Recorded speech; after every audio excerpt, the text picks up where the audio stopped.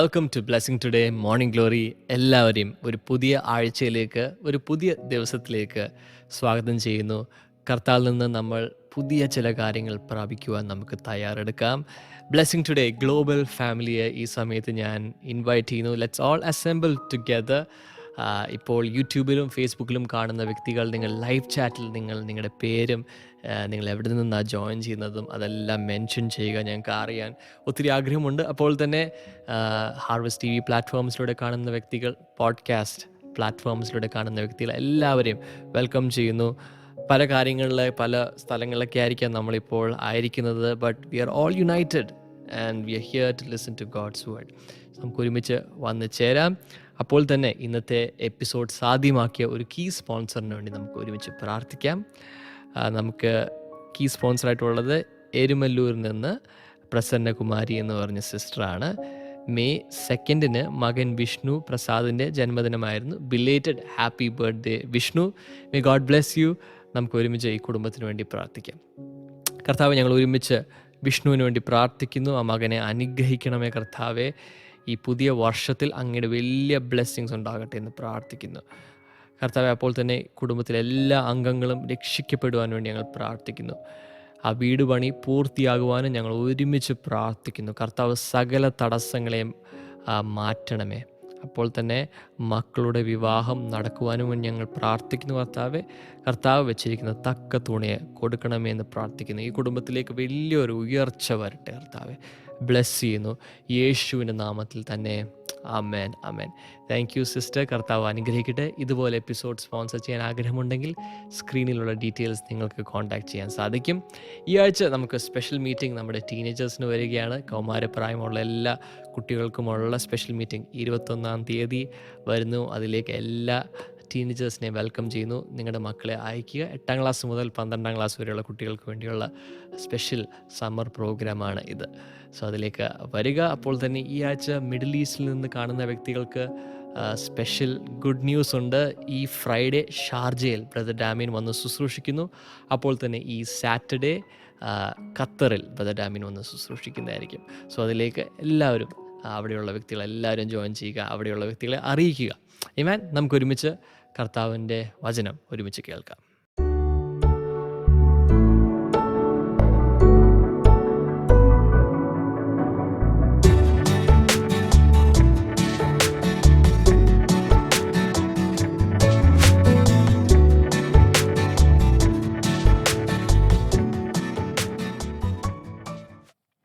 Welcome back. ഈ ആഴ്ചയിൽ നമ്മളൊരു പുതിയ സ്റ്റഡി സീരീസിലേക്ക് പോവുകയാണ്. എന്തുകൊണ്ടാണെന്നറിയില്ല, കുറച്ച് ദിവസങ്ങളായിട്ട്, ഏതാനും ദിവസങ്ങൾ, ലാസ്റ്റ് വീക്ക് മുതൽ എൻ്റെ ഉള്ളിൽ, പ്രത്യേകിച്ച് രാത്രി ഉറങ്ങാൻ പോകുന്നതിന് മുമ്പ് അകത്തിങ്ങനെ ഒരു ഇൻസ്പിറേഷൻ, ഫിലിപ്പ് ലേഖനം വായിക്കണം, പഠിക്കണം. അപ്പോൾ 2013 എൻ്റെ ഓർമ്മ, നമ്മുടെ ബ്ലെസ്സിങ് ടുഡേ സഭകളിൽ എല്ലാ ഞായറാഴ്ചയും ഫിലിപ്പ് ലേഖനം 1-ാം അധ്യായം 1-ാം വചനം മുതൽ അവസാനത്തെ അധ്യായത്തിൻ്റെ അവസാന വാക്യം വരെ ഓരോ വചനങ്ങൾ എടുത്ത് അതിനെ മുറിച്ച് കീറി ഒരു സ്റ്റഡി സീരീസ് ചെയ്തിരുന്നു. അപ്പോൾ അന്ന് എനിക്ക് തോന്നുന്നു ഈ CD പോലെയുള്ള MP3 പോലെയുള്ള ഇതൊക്കെ ഇറങ്ങുന്ന കാലമാണ്, DVD അങ്ങനെയൊക്കെ. അപ്പോൾ അത് നമ്മൾ ഫിലിപ്പ് ലേഖനം ഒരു കേസിലാക്കിയൊക്കെ നമ്മൾ ഒത്തിരി പേർക്ക് അവൈലബിൾ ആയിരുന്നു. സോ യൂട്യൂബിൽ അതുണ്ടോ എന്നെനിക്ക് അറിഞ്ഞുകൂടാ. ഏതായാലും 2013 നടന്ന സംഭവമാണ്. 2023 പിന്നെ 2 വർഷം കഴിഞ്ഞാൽ 12 വർഷം കഴിഞ്ഞിരിക്കുന്നു. പെട്ടെന്ന് അത് റിവൈവ് ചെയ്ത് വന്നു. അപ്പം അന്ന് പഠിപ്പിച്ചതിനേക്കാൾ, അന്ന് കൈകാര്യം ചെയ്തതിനേക്കാൾ കുറച്ചുകൂടി ഡീപ്പർ വേയിലും പുതിയ വെളിപാടുകളൊക്കെ പരിശുദ്ധാത്മാവ് ഇപ്പോൾ ഇത്രയും വർഷത്തിന് ശേഷം തരും എന്നാണ് എൻ്റെ വിശ്വാസം. എനിവേ, ഈ കഴിഞ്ഞ ദിവസങ്ങളിലേക്ക് ഞാൻ പേഴ്സണലി ഇങ്ങനെ അത് മുഴുവൻ ഇരുന്ന് വായിച്ചു. സോ നമ്മൾ ഫിലിപ്പ് ലേഖനത്തിലേക്ക് പോവുകയാണ്. ഞാൻ മുൻകൂർ ജാമ്യം എടുക്കുകയാണ്. പലപ്പോഴും നോർമൽ ബിലീവേഴ്സിനെ സംബന്ധിച്ചിടത്തോളം എല്ലായ്പ്പോഴും എന്തെങ്കിലും ഒരു അനുഗ്രഹത്തിൻ്റെയോ സൗഖ്യത്തിൻ്റെയോ ഒക്കെ മാത്രം കേട്ടാൽ മതി. പക്ഷേ അങ്ങനെ വരുമ്പോൾ മെച്യൂരിറ്റിയിലേക്ക് നമ്മൾ വളരാതെ വരും. അതുകൊണ്ട് ഞാൻ ആദ്യമേ പറയുകയാണ്, ഈ ഫിലിപ്പിയൻ ലേഖനം അല്ലെങ്കിൽ ദ ബുക്ക് ഓഫ് ഫിലിപ്പിയൻസ്, ഫിലിപ്പിയരുടെ പുസ്തകം എന്ന് പറയുന്നത്, അത് പഠിക്കുന്ന സമയത്ത് ഒരിക്കലും ഇടയ്ക്ക് വെച്ച് ചെയിൻ മുറിഞ്ഞു പോകരുത്. ബിക്കോസ് ഇതിലൂടെ പരിശുദ്ധാത്മാവ് നമ്മെ പണിയാൻ ആഗ്രഹിക്കുന്നു. രോഗസൗഖ്യം നടക്കും, അനുഗ്രഹങ്ങൾ വന്നുകൊണ്ടിരിക്കും. അപ്പോൾ നമ്മൾ ദൈവകൃപയാൽ 2020 ആരംഭിച്ച മോർണിംഗ് ഗ്ലോറി ഇപ്പോൾ 2025 വരെ ഒരു ദിവസം പോലും മുടങ്ങാതെ, എന്ന് വെച്ചാൽ സൺഡേ അല്ലാതെ മൺഡേ ടു സാറ്റർഡേ ദൈവകൃപയാൽ നമ്മൾ പോയിക്കൊണ്ടിരിക്കുകയാണ്. വളരെ വളരെ ക്ലോസ്ലി ഒരു ദിവസം പോലും മിസ്സാകാതെ ഫോളോ ചെയ്യുന്ന ഒത്തിരി പേരുണ്ട്. അതിൽ നമുക്കൊരു കൂർഗിലൊരു പ്രേമജാൻറ്റിയുണ്ട്. 1600 എത്തിയപ്പോഴും ആ സിസ്റ്റർ കേക്ക് മുറിച്ച് സ്വന്തം വീട്ടിലിരുന്ന് സെലിബ്രേറ്റ് ചെയ്തു. വേറെ ആരെങ്കിലും, നമ്മൾ പോലും ചെയ്യാറില്ല, ഞങ്ങളും ചെയ്യാറില്ല. പക്ഷേ ഓരോ മൈൽ സ്റ്റോൺ എപ്പിസോഡ് വരുമ്പോഴും സെലിബ്രേഷൻ നടന്നുകൊണ്ടിരിക്കുക. അങ്ങനെ ഇതിനെ ഇമ്പോർട്ടൻസ് കൊടുക്കുന്നവരും ഉണ്ട്. ചിലപ്പോൾ കാഷ്വലായി ഇങ്ങനെ കണ്ടുപോകുന്നവരുണ്ട്. പക്ഷേ എൻ്റെ ഒരു റിക്വസ്റ്റ്, നിങ്ങളിത് ആദ്യമായിട്ടാണ് കാണുന്നതെങ്കിൽ, വർഷങ്ങളായി കാണുന്നെങ്കിലും, ദയവായി ഈ ഒരു പഠനം തീർച്ചയായിട്ടും നിങ്ങൾക്കൊരു അനുഗ്രഹമായിരിക്കും. At any cost be persistent, have perseverance, be consistent. കർത്താവ് ഇതിലൂടെ സംസാരിക്കും. പൗലോസ് ഫിലിപ്പിയർക്കെഴുതിയ ലേഖനം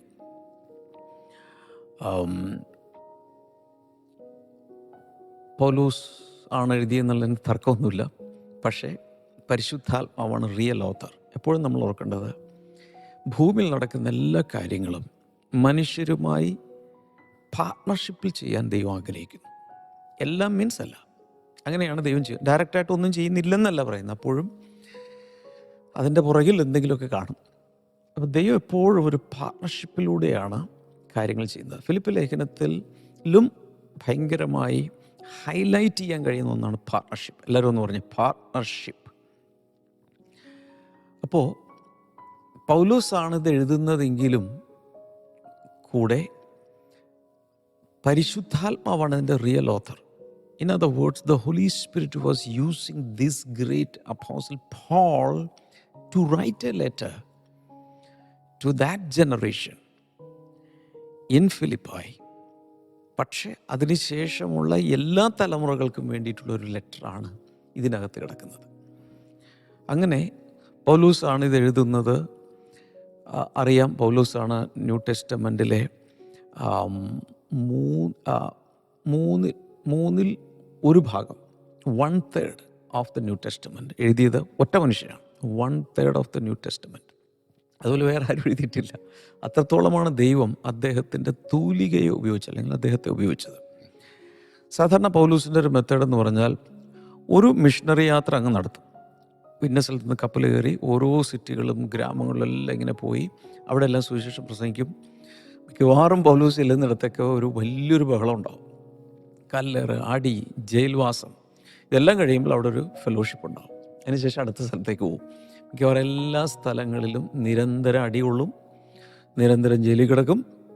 പക്ഷേ ഇതിലൂടെ ഒരു സുവിശേഷത്തിൻ്റെ വാതിൽ തുറന്ന് അവിടെ ഒരു കൂട്ടായ്മ ആരംഭിക്കും. ഇങ്ങനെ ചർച്ച് പ്ലാൻ ചെയ്ത് പോകാം. അപ്പോൾ ഒരു മിഷണറി യാത്ര കഴിഞ്ഞ് തിരിച്ചു വരുമ്പോൾ അദ്ദേഹത്തിന് തോന്നും, ഈ പ്ലാൻ ചെയ്ത സഭകളിലൊക്കെ ഒന്നുകൂടി ഒന്ന് പോകാം. അവർ എല്ലാവരും വിശ്വാസത്തിൽ തന്നെയാണോ? അവരൊന്നുകൂടി ഉറപ്പിക്കണം, എൻകറേജ് ചെയ്യണം. അവരെ മൂപ്പന്മാരില്ലെങ്കിൽ അവിടെയൊക്കെ ഒന്ന് റെഡിയാക്കണം, ട്രെയിൻ ചെയ്യണം. ഇങ്ങനെ അടുത്തൊരു മിഷണറി യാത്ര, ഇതായിരുന്നു അദ്ദേഹത്തിൻ്റെ മെത്തേഡ്. നേരിട്ട് പോയി വിസിറ്റ് ചെയ്യും. പക്ഷെ ചില സമയത്ത് നേരിട്ട് പോകാൻ പറ്റാതെ വരും. അങ്ങനെയുള്ള സമയങ്ങളിലാണ് അദ്ദേഹം പെട്ടെന്ന് തൂലികയെടുത്ത് എഴുതുകയാണ്. അപ്പം അന്നത്തെ കാലത്ത്, ഇപ്പം ഇന്നാണെങ്കിൽ നമുക്ക് പോസ്റ്റ് കാർഡ് ഉണ്ടായിരുന്നു, ഇപ്പോഴും കാലഹരണപ്പെട്ടുകൊണ്ടിരിക്കുകയാണ്, ഇപ്പോൾ ഉണ്ടോയെന്നറിയില്ല. പോസ്റ്റ് കാർഡ്, ഇൻലാൻഡ് ലെറ്റർ തുടങ്ങി പലതിലൂടെയാണല്ലോ അങ്ങോട്ടും ഇങ്ങോട്ടും ഒരു കാലത്ത് പതിറ്റാണ്ടുകൾ നടന്നുണ്ട്. അന്നത്തെ കാലത്ത് അങ്ങനത്തെ ഒരു മെയിലിംഗ് സിസ്റ്റം ഇല്ല. അതിനുശേഷം ഇമെയിൽ വന്നു, വാട്സപ്പ് വന്നു, ടെക്സ്റ്റ് മെസ്സേജ് വന്നു. വളരെ ഫാസ്റ്റാണ് കമ്മ്യൂണിക്കേഷൻ. സെക്കൻഡുകൾ കൊണ്ട് ലോകത്തിൽ എല്ലായിടത്തും ഇരിക്കുന്നവരെ കോൺടാക്റ്റ് ചെയ്യാനുള്ള മാധ്യമങ്ങൾ, സോഷ്യൽ മീഡിയ ഇന്ന് നിലവിലുണ്ട്. ഇതൊന്നുമില്ലാത്ത കാലത്ത് ആകെ ഉള്ളത് ഒരു ലെറ്റർ എഴുതാന്നുള്ള. ആ ലെറ്റർ എഴുതുമ്പോൾ അതിൻ്റെ ഈ ലെറ്റർ എഴുതിയാൽ തന്നെ ഇന്നത്തെ പോലെ ഈ പോസ്റ്റ്മാനോ അല്ലെങ്കിൽ പണ്ടുണ്ടായിരുന്ന പോലെ അഞ്ചലോട്ടക്കാരനോ ഒന്നും ഇല്ലാത്തത് കൊണ്ട് ആരെങ്കിലും ഒരാൾ ഇത് ക്യാരി ചെയ്തുകൊണ്ട് പോകണം. അതും പേപ്പർ അല്ലെന്ന് ഓർക്കണം, തോൽ ചുരുളാണ്. അപ്പം നല്ല വെയിറ്റ് കാണും. അത് ചുവന്നുകൊണ്ട് ഇന്ന സ്ഥലത്ത് അതുകൊണ്ട് എഴുതുമ്പോൾ നോർമലി ഇവരങ്ങ് നീട്ടി എഴുതും. അങ്ങനെ ഫിലിപ്പിയയിലുള്ള ദൈവസഭകൾക്ക് എഴുതിയ ഈ ലെറ്റർ, അതിനൊരു പ്രത്യേക കാരണമുണ്ട്, അതിലേക്കൊക്കെ നമ്മൾ വരും. അതങ്ങ് നീണ്ടുപോയി.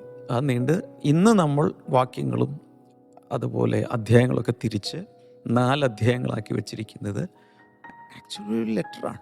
ആ ലെറ്റർ എഴുതാൻ കാരണം അദ്ദേഹം ഇത് എഴുതുന്നത് ജയിലിൽ കിടന്നുകൊണ്ടാണ്. ജയിലിൽ നിന്ന് ഉദ്ദേശിക്കുന്നത് ഒരു ഡഞ്ചൻ അല്ല, ഒരു പ്രിസൺ സെല്ലല്ല.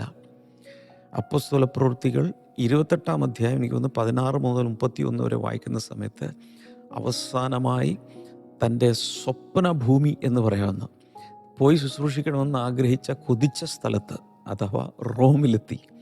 ആ റോമിൽ അദ്ദേഹം എങ്ങനെയാണ് പറയേണ്ടത്, അവിടെ പറയുന്നത് ഒരു റെൻറ്റിനെടുത്ത വീട്ടിൽ. പക്ഷേ റെൻറ്റിനെടുത്ത് താനും ലൂക്കോസും എല്ലാവരും കൂടി അങ്ങോട്ട് താമസിക്കുമല്ല, കൂടെ ഒരു പട്ടാളക്കാർ, അറ്റ്ലീസ്റ്റ് ഒരു പട്ടാളക്കാരൻ എല്ലായ്പ്പോഴും അദ്ദേഹത്തിൻ്റെ കാവൽ. കാരണം തടവുകാരനാണ്, തടവുള്ളിയാണ്.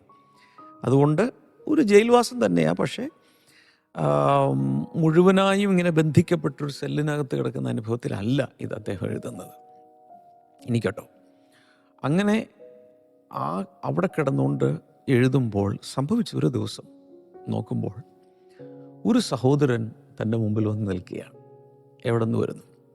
ഫിലിപ്പ് സഭയിൽ നിന്ന് വരിക. പേരെന്താ? എപ്പാഫ്രോഡൈറ്റിസ്. ഇതാണ് അദ്ദേഹത്തിൻ്റെ പേര്.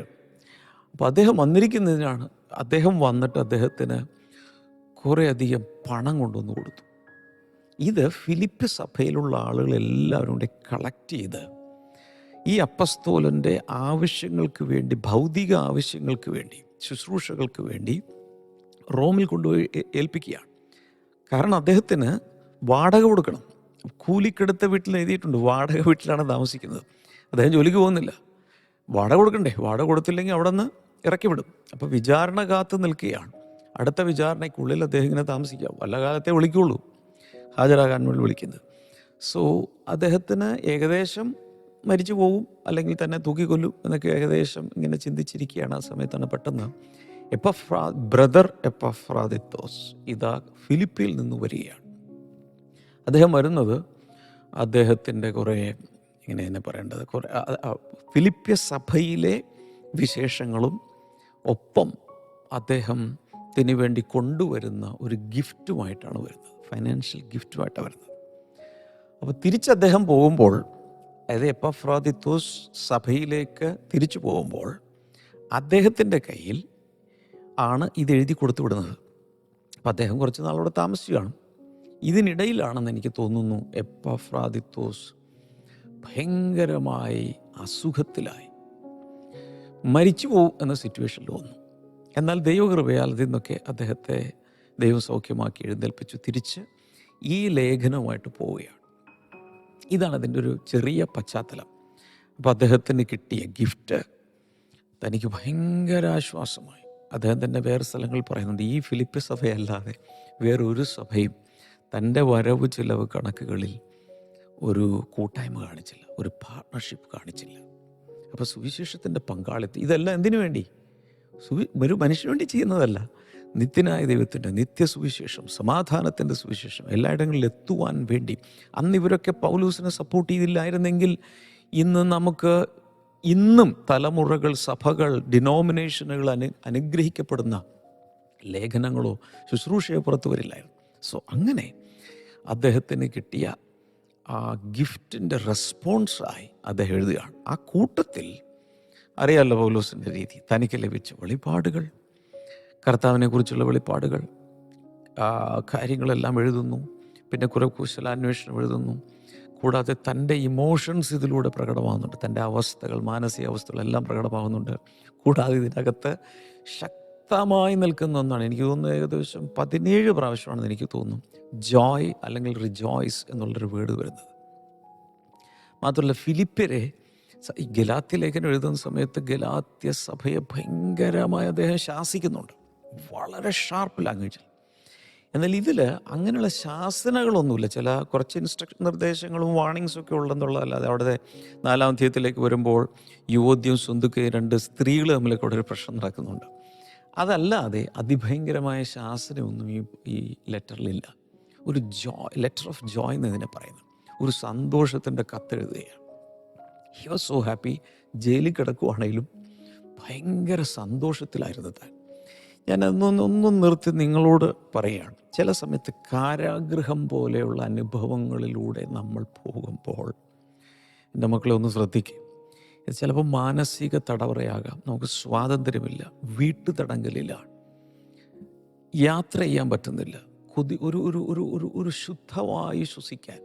ഇപ്പോൾ ഒന്ന് ആലോചിച്ച് നോക്കണം, ഈ പൗലോസിന് ഒരു ചന്തയിൽ പോകണമെങ്കിലും ഈ പട്ടാളക്കാരൻ കൂടെ ഉണ്ടായിരിക്കും. തടവുള്ളിയാണ്. ചിന്തിച്ചു നോക്ക്, അതിശ്രേഷ്ഠ അപ്പസ്തോലന്മാരിൽ ഒട്ടും കുറഞ്ഞവനല്ല എന്ന് വിശേഷിപ്പിക്കപ്പെടുന്ന ഈ അപ്പസ്തോലൻ തടങ്കലിലാണ്, ജയിൽ പുള്ളിയാണ്. എന്തെങ്കിലും തെറ്റ് ചെയ്തിട്ടുണ്ടോ? നോ. എന്തിനാണ് തടവുള്ളിയായിരിക്കുന്നത്? സുവിശേഷം പ്രസംഗിച്ചതിന്. ആ ഒരു സാഹചര്യത്തിലും അദ്ദേഹത്തിൻ്റെ അകത്ത് സന്തോഷമാണ്. അപ്പം ഞാൻ പറഞ്ഞു വന്നത്, നിങ്ങൾ ഇന്നായിരിക്കുന്ന സാഹചര്യത്തിലും ഏത് സാഹചര്യമാണെങ്കിലും അകത്തൊരു സന്തോഷം കൊണ്ടുവരാൻ കർത്താവിന് സാധിക്കും. കാരണം ഗലാത്യലേഖനം 5-ാം അധ്യായം 22-23 വചനങ്ങൾ വായിക്കുമ്പോൾ സ്നേഹം, സന്തോഷം, സമാധാനം, ആത്മാവിൻ്റെ ഫലത്തിൽ രണ്ടാമത്തേതാണ് സന്തോഷം. അത് കർത്താവിലെ സന്തോഷമാണ്. ഒരു അക്കോമഡേഷനിലൂടെയോ നല്ല ഒരു ഭക്ഷണം കിട്ടുമ്പോഴോ വസ്ത്രം കിട്ടുമ്പോഴോ മറ്റുള്ളവരുടെ മുമ്പിൽ ആദരിക്കപ്പെടുമ്പോഴോ അല്ലെങ്കിൽ നമ്മൾ ആഗ്രഹിച്ച സ്വപ്നം കണ്ട എന്തെങ്കിലും കിട്ടുമ്പോഴോ കിട്ടുന്നൊരു സന്തോഷമല്ല ഇത്. റോമാലേഖനം 14-17 പറയുന്നതനുസരിച്ച് ദൈവരാജ്യം ഭക്ഷണവും പാനീയവും അല്ല, പിന്നെന്താണ്? നീതിയും സമാധാനവും പരിശുദ്ധാത്മാവിലെ സന്തോഷവും അത്രേ. പരിശുദ്ധാത്മാവ് അകത്ത് നിന്ന് ഫൗണ്ടൻ പോലെ റിലീസ് ചെയ്ത് തരുന്നൊരു സന്തോഷമുണ്ട്. ആ സന്തോഷത്തിലാണ് ജയിൽ പുള്ളിയായി കിടന്നുകൊണ്ട് അദ്ദേഹം ലെറ്റർ എഴുതുന്നത്. അപ്പച്ചന്മാരെ, അമ്മച്ചിമാരെ, സഹോദരന്മാരെ, സഹോദരിമാരെ, എൻ്റെ സമപ്രായക്കാരെ, യുവാക്കളെ, യുവതിമാരെ, കുഞ്ഞുങ്ങളെ, എല്ലാവരോടും ഞാൻ പറയുകയാണ്, നിങ്ങളായിരിക്കുന്ന സാഹചര്യ പരീക്ഷയിൽ തോറ്റാലും ഉദ്ദേശിച്ച ജോലി കിട്ടിയില്ലേലും, ഉദ്ദേശിച്ച പെണ്ണിനെ കെട്ടാൻ പറ്റിയില്ലേലും, ഉദ്ദേശിച്ച ചെറുക്കിനെ കിട്ടിയില്ലേലും, ഉദ്ദേശിച്ച വീട് വയ്ക്കാൻ പറ്റിയില്ലേലും, ഉദ്ദേശിച്ച കോഴ്സ് കിട്ടിയില്ലേലും, റാങ്ക് ലിസ്റ്റിൽ പേര് വന്നില്ലേലും, ഒരു സ്വപ്നവും നിറവേറിയില്ലേലും കർത്താവിൽ സന്തോഷിക്കാൻ കഴിയും. ഹലോ, കർത്താവിൽ സന്തോഷിക്കാൻ കഴിയും. ഇതൊരു ശക്തമായ ദൂതായിട്ടൊന്ന് എടുക്കാമോ? ദുഃഖങ്ങൾ വരില്ലെന്നല്ല. യേശു പോലെ ഈ ഭൂമിയിലായിരുന്ന സമയത്ത് ദുഃഖിച്ച സന്ദർഭങ്ങളുണ്ടായിരുന്നു. എന്നും ദുഃഖമാക്കി മാറ്റരുത്, ലൈഫ് ടൈം ദുഃഖമാക്കി മാറ്റുക. അതിനുള്ളിലും ഒരു സന്തോഷത്തിൻ്റെ ഉറവ് അകത്ത് തന്നിട്ടുണ്ട്. ധാന്യവും വീഞ്ഞും വർദ്ധിച്ചപ്പോൾ അവർക്കുണ്ടായതിനേക്കാൾ അധികം സന്തോഷം ദൈവമേ നീ എന്നിൽ തന്നിരിക്കുന്നു, എൻ്റെ അകത്ത് തന്നിരിക്കുന്നു. ഇത് ഞാൻ ആവർത്തിച്ച് പറയുകയാണ്, ഇന്ന് നിങ്ങളായിരിക്കുന്ന സാഹചര്യത്തിലും സന്തോഷിക്കാൻ ഒരു വകുപ്പ് കിടപ്പുണ്ട്. ചിലർ വിചാരിക്കും ഇതൊക്കെ ഈ പ്രശ്നങ്ങളൊക്കെ ഒന്ന് മാറിയാലേ ഞാൻ സന്തോഷിക്കും. That is your decision. ആ ഡിസിഷൻ ഒന്ന് മാറ്റാമോ? നോ, ഞാൻ ഇപ്പോഴേ സന്തോഷിച്ചു തുടങ്ങും. അത് വരുമ്പോൾ വന്നോട്ടെ, അത് വരുമ്പോൾ മഹാസന്തോഷമായിട്ട് മാറട്ടെ. കർത്താവ് പറഞ്ഞു, നിങ്ങളുടെ സന്തോഷം പൂർണ്ണമാകേണ്ടതിന് ഞാൻ നിങ്ങളോട് ഇത് പറയാം. ഓക്കെ, നമ്മൾ ലെറ്ററിൻ്റെ അകത്തോട്ട് കയറും. ആ സമയത്ത് ഞാൻ കൂടുതൽ ഇതിനെക്കുറിച്ചൊക്കെ സംസാരിക്കും. ഈ ഫിലിപ്പി എന്ന് പറയുന്ന ഈ സ്ഥലം, ഈ ഫിലിപ്പൈൻസ് എന്ന് പറഞ്ഞ സ്ഥലമുണ്ട്, അതിനെക്കുറിച്ചല്ല. ഇന്നത്തെ ഫിലിപ്പിനോസ് ഉണ്ട്, അതിനെക്കുറിച്ചല്ല ഞാൻ ഈ പറയുന്നത്. ഈ ദ സിറ്റി ഓഫ് ഫിലിപ്പായ് എന്ന് പറയുന്നത്, ആ പേര് വരാൻ കാരണം ഈ അലക്സാണ്ടർ ചക്രവർത്തി, എത്ര പേർക്കറിയാം? അലക്സാണ്ടർ ദ ഗ്രേറ്റ്, മഹാനായ അലക്സാണ്ടർ, ഏകദേശം 33 വയസ്സെന്തോ ഉള്ള സമയത്ത് ലോകം മുഴുവൻ വെട്ടിപ്പിടിച്ച മഹാനായ അലക്സാണ്ടർ, അദ്ദേഹത്തിൻ്റെ ഫാദറിൻ്റെ പേരിലാണ് ഈ പട്ടണം പണിതിട്ടുള്ളത്. അദ്ദേഹത്തിൻ്റെ ഫാദർ കിങ് ഫിലിപ്പ് II ഉണ്ടായിരുന്നു, the father of Alexander the great. അദ്ദേഹത്തിൻ്റെ പേരിനെ ആദരിക്കാൻ വേണ്ടി ഇട്ട ആ സിറ്റിക്കിട്ട പേരാണ് ഈ ഫിലിപ്പി എന്ന് പറയുന്നത്, അല്ലെങ്കിൽ ഫിലിപ്പായ് ഇംഗ്ലീഷിൽ പറയുന്നത്. അപ്പം അന്ന് ഇതൊരു റോമൻ കോളനിയാണ്. അപ്പോൾ ഈ ബാക്കി എല്ലായിടത്തും ഗ്രീക്ക് ഭരണം, ഗ്രീക്ക് ഭാഷ സംസാരിക്കുകയും ഒക്കെ ചെയ്യുന്ന സമയത്ത് ഈ ഒരു പ്രത്യേക പ്രദേശം മാത്രം റോമൻ കോളനിയാണ്, റോമൻ ഭരണമാണ്. അവിടെ ലാറ്റിൻ ഭാഷയാണ് സംസാരിച്ചുകൊണ്ടിരുന്നത്. അപ്പോൾ അവിടെ റോമൻ റൂളാണ്. അപ്പോൾ ചുറ്റുമുള്ള എല്ലാത്തിൽ നിന്നും വ്യത്യസ്തമായ സ്ഥലമാണ്. അന്നത്തെ കാലത്ത് ഈ പൗലൂസ് അവിടെ പോയി സഭ സ്ഥാപിക്കുകയൊക്കെ ചെയ്യുന്ന സമയത്ത് ഞാൻ കേട്ടിരിക്കുന്നത് ഇങ്ങനെയാണ്, ഒത്തിരി റോമൻ സിറ്റിസൺസ് അവിടെ ഉണ്ട് എന്ന് മാത്രമല്ല റിട്ടയർഡ് മിലിറ്ററി പേഴ്സണൽ ഓഫീസേഴ്സ് ഒത്തിരി താമസിക്കുന്നുണ്ട് അവിടെ. അത് പട്ടാളത്തിൽ നിന്ന് വിരമിച്ച ആളുകൾ ഭയങ്കരമുണ്ട്. കൂടി പോയ ഒരു 15,000 പേരായിരിക്കും മൊത്തത്തിൽ ഈ സ്ഥലത്തുള്ളത്. അത്രേ ഉള്ളൂ. അന്നത്തെ കാലത്ത് അങ്ങനെയല്ല. സിറ്റി എന്ന് പറയുന്നത് ഇന്നത്തെ പോലെ മെട്രോപൊളിറ്റൻ കോസ്മോപൊളിറ്റൻ രീതിയിലുള്ള ഒരു വലിയ പോപ്പുലേഷൻ അവിടെ ഇല്ല. ഒരു 15,000 എന്നാണ് കണക്കാക്കപ്പെടുന്നത്. അപ്പോൾ ഇന്ന് ഇത് വരുന്നത് മാസിഡോണിയയിലാണ്. മാസിഡോണിയ. അപ്പോൾ ഇന്നത്തെ ഗ്രീസിൻ്റെ ആ റീജിയനാണ് ഈ പറയുന്നത്. അപ്പോൾ അവിടെ ആ കാലത്ത് ഇതിനെ നിയാപൊലീസ്, ഫിലിപ്പായി, അതുപോലെ തെസ്ലോനിക്ക, ബെറയ, ഏഥൻസ് ഇതെല്ലാം ചേർന്ന് കിടക്കുന്ന ഒരു ഭൂപ്രദേശത്തെക്കുറിച്ചാണ് ഈ പറയുന്നത്. ഓക്കെ. അപ്പോൾ അവിടെ പൗലോസ് ശുശ്രൂഷിച്ചു. ഇന്നും ആ പ്രദേശങ്ങളിൽ 98% ക്രിസ്ത്യൻ പോപ്പുലേഷനാണ്. അന്നത്തെ ശുശ്രൂഷയുടെ റിസൾട്ടാണ് ഞാൻ ഈ പറഞ്ഞുകൊണ്ടിരിക്കുന്നത്. 98% ഇന്നും ക്രൈസ്തവ വിശ്വാസികളാണ് ഈ പ്രദേശങ്ങളിലുള്ളത്. ഒരു അപ്പസ്തോലനായ പൗലോസ് തൻ്റെ ജീവൻ കളഞ്ഞ് ശുശ്രൂഷിച്ചതിൻ്റെ റിസൾട്ടിനെ കുറിച്ചാണ് ഞാൻ ഈ പറഞ്ഞുകൊണ്ടിരിക്കുന്നത്. വാവ്! ഞാൻ ആദ്യം ഈ ഫിലിപ്പ് ലേഖനം എന്താണ് അതിൻ്റെ ബാക്ക്ഗ്രൗണ്ടും കാര്യങ്ങളും ഒന്ന് അറിഞ്ഞാൽ ഓരോ വചനം വായിക്കുമ്പോഴും കാര്യം മനസ്സിലാവും. അതിന് വേണ്ടിയിട്ടാണ് ഞാനിതിങ്ങനെ വിസ്തരിച്ച് പറയുന്നത്. അതിനിടയിൽ ഞാൻ നിങ്ങളെ വിരൽ ചൂണ്ടി ചില വ്യക്തിപരമായ ദൂതുകളൊക്കെ പറയും. റെഡിയാകുക. ലൈവ് ചാറ്റിൽ ദയവായി ഒന്ന് ടൈപ്പ് ചെയ്തിടാമോ? എൻ്റെ സന്തോഷം സാഹചര്യങ്ങളെ ആശ്രയിച്ചല്ല ഇരിക്കുന്നത്. ടൈപ്പ് ചെയ്തേ എല്ലാവരും. കമൻറ്റ് സെക്ഷനിൽ ഇടണം, ലൈവ് ചാറ്റിൽ ഇടണം. എൻ്റെ സന്തോഷം സാഹചര്യങ്ങളെ ആശ്രയിച്ചല്ല ഇരിക്കുന്നത്. My Joy is never dependent on the circumstances. ഒന്ന് ടൈപ്പ് ചെയ്തിട്ട്. ഹല്ലേലൂയ. ഞാനിത് പറയുമ്പോൾ തന്നെ എനിക്ക് തോന്നുന്നു ആരുടെയൊക്കെ അകത്ത് അകാരണമായ കാരണമൊന്നുമില്ലാത്തൊരു സന്തോഷം ദൈവം നിറയ്ക്കുന്നതായിട്ട് എനിക്ക് തോന്നുന്നു. അപ്പോൾ ഈ ഫിലിപ്പ് ലേഖനത്തിനകത്ത് കണ്ടെയ്ൻ ചെയ്തിരിക്കുന്ന അല്ലെങ്കിൽ കുത്തി നിറച്ച് വെച്ചിരിക്കുന്ന ഒരു സാധനമുണ്ട്. അതിൻ്റെ പേരാണ് സന്തോഷം. ആ സന്തോഷത്തിൻ്റെ പ്രത്യേകത, I feel it right now, ആ സന്തോഷത്തിൻ്റെ പ്രത്യേകത സാഹചര്യങ്ങളോട് കണക്ഷൻ ഇല്ല. കാരണം അദ്ദേഹം കിടക്കുന്നത് സ്വാതന്ത്ര്യമില്ലാതെ. ഒന്ന് ആലോചിച്ച് നോക്കി, എൻ്റെ കൈവിലങ്ങിട്ട് ഒന്ന് എവിടെ പോകണമെങ്കിലും, അല്ലെങ്കിൽ ഞാനൊരു തടവുള്ളിയായി എപ്പോഴും ഒരു പട്ടാളക്കാരൻ എന്നോടൊപ്പം ഉണ്ട്, ഒരു ഗാർഡ് എന്നോടൊപ്പം ഉണ്ട്. എൻ്റെ നിഴൽ പോലെ നടക്കും. വ്യക്തിപരമായൊരു സ്വാതന്ത്ര്യമില്ല. ഒന്ന് സത്യം പറഞ്ഞൊന്ന് മാറിയിരുന്ന് ശക്തമായെന്ന് പ്രാർത്ഥിക്കാൻ പോലും അവസരമില്ലാത്ത ഒരു സാഹചര്യത്തിലാണ് പൗലോസ് ലെറ്റർ എഴുതുന്നത്. അതുകൊണ്ട് ഞാൻ പറയുന്നത് അകാരണമായ ചില സന്തോഷം എന്ന് വെച്ചാൽ നിങ്ങളൊരു ഹോസ്റ്റലിലായിരിക്കാം, കൂടെ റൂംമേറ്റ്സ് ഉണ്ട്, സ്വന്തമായെന്ന് പ്രാർത്ഥിക്കാനോ പാട്ടുപാടാനോ പറ്റുന്നില്ല, ഇങ്ങനെയൊക്കെയുള്ള സാഹചര്യം. പക്ഷെ അതിനകത്തും പരിശുദ്ധാത്മാവിന് സന്തോഷത്തിൽ നിറയ്ക്കാൻ കഴിയും. നിങ്ങളുടെ ഭർത്താവ് രക്ഷിക്കപ്പെട്ടില്ല, ഒളിച്ചിരുന്നാണ് പ്രാർത്ഥിക്കുന്നത്. ഞാനൊരു കാലത്ത് അങ്ങനെയൊക്കെ ബൈബിൾ വായിച്ചുകൊണ്ട് എനിക്ക് സ്വാതന്ത്ര്യമില്ലായിരുന്നു വീട്ടിൽ. അതുകൊണ്ട് ഒരു മേശയുടെ ഡ്രോയർ തുറന്ന് അതിനകത്ത് ബൈബിൾ തുറന്ന് വെച്ചിട്ട് അതിൻ്റെ മുകളിൽ കവർ ചെയ്യുന്ന രീതിയിലൊരു ചെസ് ബോർഡ് വെച്ച് അതിൻ്റെ മുകളിൽ കോളേജിലെ പുസ്തകം വെച്ച് പഠിച്ചുകൊണ്ടിരുന്ന കാലമുണ്ട്. പക്ഷെ ആരുമില്ലാത്ത സമയത്ത് പെട്ടെന്ന് ചെസ് ബോർഡ് വലിച്ച് ബൈബിൾ വായിക്കും. അങ്ങനൊരു കാലഘട്ടം എനിക്കുണ്ടായിരുന്നു. അവിടെയും കർത്താവ് നടത്തി. ഇന്ന് അങ്ങനെയുള്ള ഒരു പ്രശ്നമില്ല. എനിക്ക് എപ്പോൾ വേണമെങ്കിലും ബൈബിൾ വായിക്കാം. എനിക്ക് സ്വാതന്ത്ര്യമുണ്ട്. അപ്പോഴും കർത്താവ് നമ്മുടെ കൂടെ ഉണ്ട്. Oh hallelujah, I'm really excited. ഈ ഫിലിപ്പ് ലേഖനം തുടങ്ങിയപ്പോൾ തന്നെ എൻ്റെ ബാറ്ററീസ് ഒക്കെ ഫുള്ളി ചാർജായിരിക്കുന്നു. വാവ്.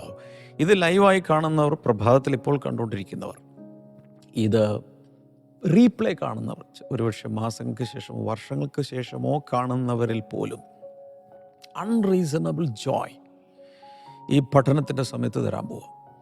ഞാൻ ഒരല്പം പ്രവചനാത്മാവിൽ സംസാരിക്കുകയാണ്. ഈ ഫിലിപ്പ് ലേഖന പഠനത്തിനിടയിൽ ഒത്തിരി പേരുടെ ഹൃദയത്തിലെ മുറിവുകളെ കർത്താവ് സൗഖ്യമാക്കും.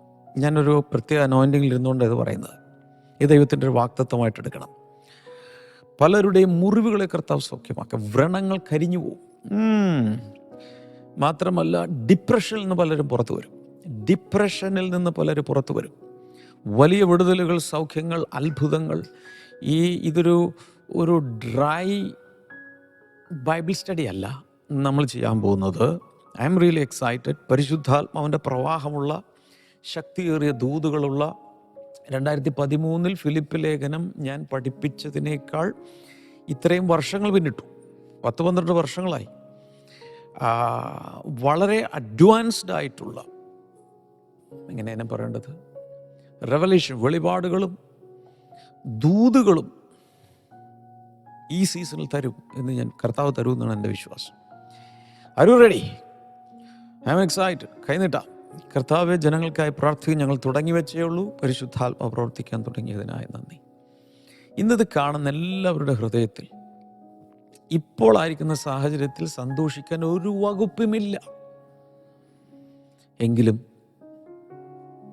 ഹബക്കൂക്ക് പറഞ്ഞതുപോലെ, മുന്തിരിവള്ളിൽ ഫലമില്ല, ഗോശാലയിൽ പശുക്കളില്ല, അത്തിവൃക്ഷം തളിർക്കുന്നില്ല, ലാഭകരമായ ഗുണകരമായ ഒന്നുമില്ല, എല്ലാം നെഗറ്റീവാണ്.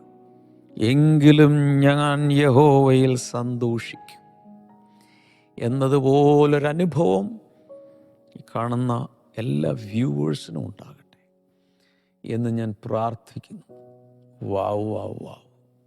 ആന്തരിക മുറിവുകൾ സൗഖ്യമാകട്ടെ, ശരീരം സൗഖ്യമാകട്ടെ. ഇത് പറയുന്ന സമയത്ത് ചില വർഷങ്ങളായി മൈഗ്രെയിൻ കൊണ്ട് ബുദ്ധിമുട്ടുന്ന, ഭയങ്കരമായി എപ്പോഴും ഇങ്ങനെ കുത്തിപ്പിടിച്ച് നടക്കുന്ന ചിലരെ കർത്താവ് ഇപ്പോൾ സൗഖ്യമാക്കുകയാണ്. In the mighty name of Jesus അത് സംഭവിക്കട്ടെ. നട്ടലിൽ സൗഖ്യം നടക്കുന്നുണ്ട്. പൈൽസ് രോഗം ചിലരിൽ നിന്ന് വിട്ടുമാറും. അതിനോടനുബന്ധിച്ചുള്ള ബ്ലീഡിങ് മാറിപ്പോവുകയാണ്. കുഞ്ഞുങ്ങളില്ലാത്തവർക്ക് ഞാൻ പ്രാർത്ഥിക്കുന്നു. പുകവലിയിൽ നിന്ന് ചിലർ പുറത്തു വരുന്നു. In the name of Jesus ചില പുറത്തു പറയാൻ പറ്റാത്ത ചില രോഗങ്ങൾ യേശുവിൻ്റെ നാമത്തിൽ സൗഖ്യമാകട്ടെ. ചില ഫംഗസ് ഇൻഫെക്ഷൻ പോലെയുള്ള ചില വിഷയങ്ങൾ സൗഖ്യമാകട്ടെ. ഹെർപീസ് പോലെയുള്ള രോഗങ്ങൾ സൗഖ്യമാകട്ടെ. In Jesus name. ഷിംഗിൾസ് എന്നൊക്കെ പറയുന്ന രോഗങ്ങൾ സൗഖ്യമാണ്. കർത്താവ് അങ്ങനെ ചെയ്തതിനായി നന്ദി. ഇൻ ജീസസ് നെയിം ആമേൻ. ഒരു ഉപകാരം ചെയ്യണേ. നിങ്ങൾ ഇന്നുവരെ ബ്ലെസ്സിംഗ് ടുഡേ ചാനൽ സബ്സ്ക്രൈബ് ചെയ്തിട്ടില്ലെങ്കിൽ ഇപ്പോൾ സബ്സ്ക്രൈബ് ചെയ്യുക. മറ്റുള്ളവർക്ക് ഇത് അയച്ചു കൊടുക്കുക, ഫോർവേഡ് ചെയ്ത് കൊടുക്കുക, ലിങ്കുകൾ അയച്ചു കൊടുക്കുക, വാട്സപ്പ് സ്റ്റേറ്റസിൽ ലിങ്ക് എടുത്തിടുക. God bless you all. See you tomorrow. Bye by.